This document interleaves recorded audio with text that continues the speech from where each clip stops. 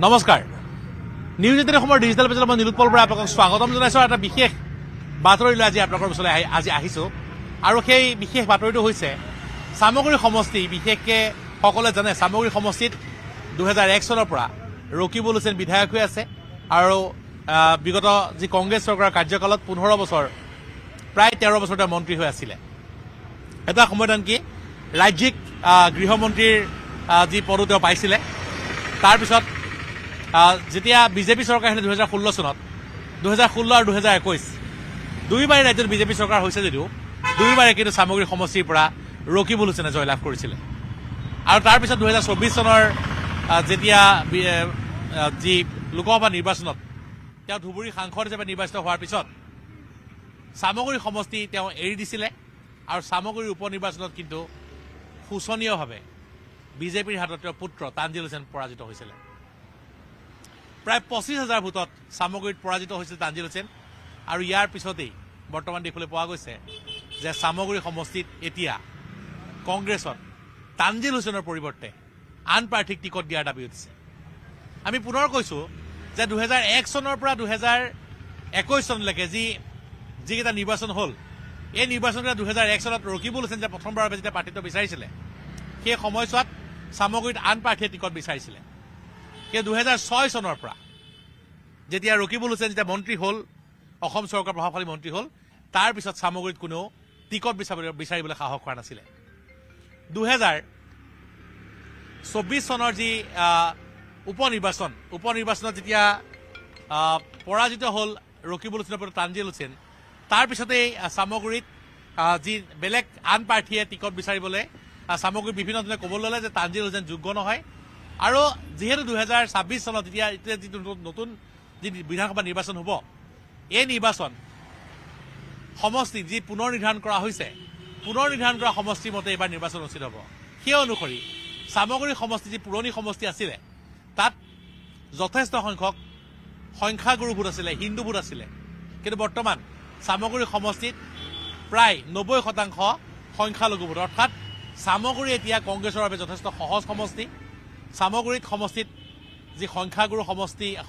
সংখ্যা প্ৰায়ে নাই গতিকে সামগ্ৰী সমষ্টিত এতিয়া কংগ্ৰেছে এইবাৰ পুনৰুদ্ধাৰ কৰিম বুলি আত্মবিশ্বাসী কিন্তু সেই সময়তে সামগ্ৰীত এইবাৰ নতুন মুখক সুযোগ দিয়াৰ দাবী তুলিছে সামগ্ৰীত আনকি কংগ্ৰেছে সভা অনুষ্ঠিত কৰিছে সভা অনুষ্ঠিত কৰি 21 জনকৈ প্ৰাৰ্থী থিয় কৰিছিলে 21 জন প্ৰাৰ্থীৰ ভিতৰত যিকোনো এজন প্ৰাৰ্থীক টিকট দিলেও কোনো আপত্তি নাই কিন্তু তানজিল হুছেইনক কোনো কাৰণত টিকট নিদিবলৈ তেওঁলোকে প্ৰদেশ কংগ্ৰেছৰ নেতৃত্বক অনুৰোধ কৰিছিলে সংবাদ মাধ্যমক মাতি তেওঁলোকে সংবাদ মেল কৰিছিলে এতিয়া সকলোৱে জানে যে বৰ্তমান কংগ্ৰেছৰ প্ৰাৰ্থিত্বৰ আবেদন চলি আছে আৰু সেই সময়ছোৱাত প্ৰথম অৱস্থাত সামগ্ৰী সমষ্টিৰ বাবে কোনো টিকট বিচৰা নাছিলে সকলোৱে ভাবিছিলে যে ৰকিবুল হুছেইনৰ পুত্ৰৰ বিৰুদ্ধে টিকট বিচৰাৰ সাহস কোনেও নকৰিব কিন্তু আচৰিতভাৱে আজি 4 জনকৈ প্ৰাৰ্থীয়ে সামগ্ৰীত টিকট বিচাৰিলে অৰ্থাৎ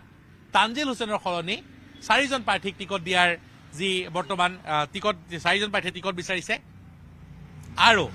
সেই 4 জন প্ৰাৰ্থীৰ নাম হৈছে নেকিবুৰ ৰহমান আমি পুনৰ কৈছো নেকিবুৰ ৰহমান তেওঁ এগৰাকী প্ৰবক্তা তেওঁ এগৰাকী শিক্ষাবিদ নেকিবুৰ ৰহমান যথেষ্ট জনপ্ৰিয় এগৰাকী যুৱক নেকিবুৰ ৰহমানৰ বাহিৰে ডক্টৰ আৰিফ আহমেদ এগৰাকী চিকিৎসক ডক্টৰ আৰিফ আহমেদৰ সামগ্ৰী নতুন যিটো সামগ্ৰী সমষ্টি যথেষ্ট ভিত্তি আছে আনাৰুল ইছলাম এগৰাকী উচ্চ শিক্ষিত সংখ্যালঘু যুৱক যিগৰাকী বিজ্ঞানৰ যি পদাৰ্থ বিজ্ঞান বিভাগত তেওঁ স্নাতকোত্তৰ ডিগ্ৰী লাভ কৰি পেলাই তেওঁ ব্যৱসায় কৰে আনগৰাকী হৈছে চাহিদুৰ ৰহমান যিগৰাকী জ্ঞান বিকাশ একাডেমী ৰূপহীহাটৰ জ্ঞান বিকাশ একাডেমী এখন বিখ্যাত শৈক্ষিক প্ৰতিষ্ঠান যিখনৰ পৰা যথেষ্ট হাইস্কুল শিক্ষান্ত পৰীক্ষা বা উচ্চতৰ মাধ্যমিকত ভাল ৰিজাল্ট কৰে আৰু ৰূপহীহাটত যথেষ্ট নাম আছে এই বিদ্যালয়খনৰ আৰু সেই বিদ্যালয়খনৰ যি এগৰাকী স্বত্বাধিকাৰী হিচাপে এইগৰাকী যি চাহিদুৰ ৰহমানৰ যথেষ্ট জনপ্ৰিয়তা আছে ৰূপহীৰ বা সামগ্ৰীৰ ৰাইজৰ মাজত অৰ্থাৎ নতুন সামগ্ৰী আমি কৈছো নতুন সামগ্ৰী যিহেতু ৰূপহীহাট যিটো সমষ্টি ৰূপহীহাট সমষ্টি আনকি ৰূপহী টাউনখনেই বৰ্তমান নতুন সমষ্টিত যিহেতু অন্তৰ্ভুক্ত হৈছে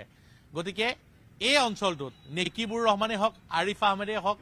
বা চাহিদুৰ ৰহমানেই হওক বা আনাৰুল ইছলামেই হওক এইসকলৰ যথেষ্ট এটা ভিত্তি আছে আৰু এই চাৰিজনে বৰ্তমান প্ৰাৰ্থিত্ব বিচাৰি আবেদন কৰিছে আৰু এই চাৰিজনে প্ৰাৰ্থিত্ব বিচাৰি আবেদন কৰাৰ আগত এখন সভা যিখন অনুষ্ঠিত হৈছিলে সেই বাতৰি অসমৰ সংবাদ মাধ্যমত সম্প্ৰচাৰিত হৈছিলে য'ত তানজিল হুছেইনক অযোগ্য বুলি ঘোষণা কৰিছিলে কিন্তু শেহতীয়াভাৱে তানজিল হুছেইনৰ সমষ্টিটো সক্ৰিয় হৈছে তানজিল হুছেইনে ৰকিবুল হুছেইন পিতৃ ৰকিবুল হুছেইনক লগত লৈ বিভিন্ন সভা সমিতি কৰিছে তেওঁ সোঁৱৰাই দিছে ৰাইজক যে নুৰুল হুছেইন তেওঁৰ দাদা বুলি কৈছে অৰ্থাৎ তেওঁৰ ককা দেউতাক দাদা নুৰুল হুছেইন তাৰপিছত মোৰ দেউতা ৰকিবুল হুছেইন আৰু এতিয়া এইবাৰ মোক সেৱা কৰাৰ সুযোগ দিয়ক অৰ্থাৎ তেওঁলোকৰ ককাক তাৰপিছত দেউতাক আৰু এতিয়া তেওঁ তিনিগৰাকীকে তেওঁৰ পৰিয়ালৰ ভিতৰতে তেওঁলোকৰ ৰূপহীহাট সমষ্টিৰ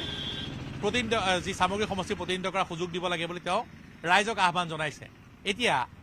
ৰূপহী সামগ্ৰী নতুন যিটো সমষ্টি আছে নতুন সমষ্টি যিটো পুৰণি যিটো সমষ্টি আছে সামগ্ৰী সেই সমষ্টিত যিহেতু ৰকিবুল হুছেইন 15 বছৰ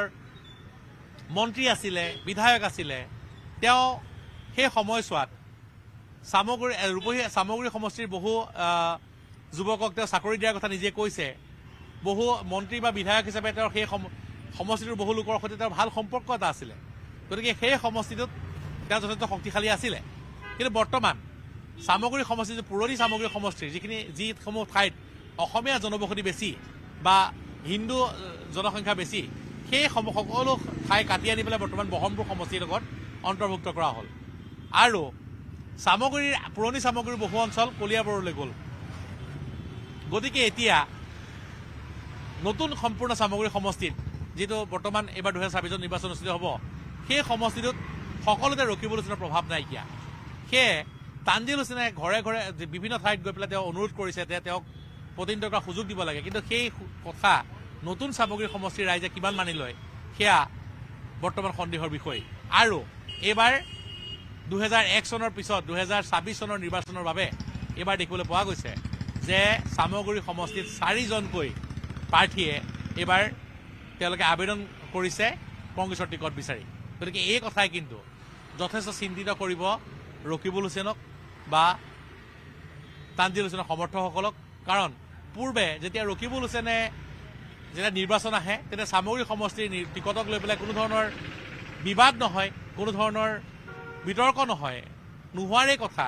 কাৰণ যিহেতু ৰকিবুল হুছেইন একাধিক্ৰমে জিকি আহিছে আৰু ৰকিবুল হুছেইনে সমষ্টি এৰাৰ পিছত যেতিয়া তানজিল হুছেইন দীপ্লুৰঞ্জন শৰ্মা বিধায়ক দীপ্লুৰঞ্জন বিজেপিৰ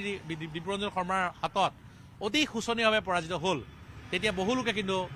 তানজিল হুছেইনৰ যোগ্যতাক লৈ প্ৰশ্নৰ সৃষ্টি কৰিলে আৰু এইবাৰ যি কথা ওলাই আছিলে আমি নিউজ 18ত বহু বাতৰি সম্প্ৰচাৰ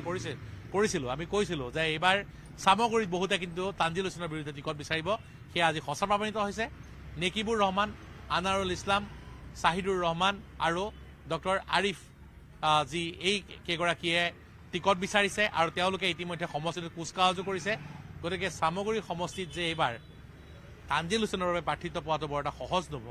সেয়া কিন্তু গম পোৱা গৈছে অৱশ্যে এটা কথা ক'ব লাগিব যে কংগ্ৰেছত সদায়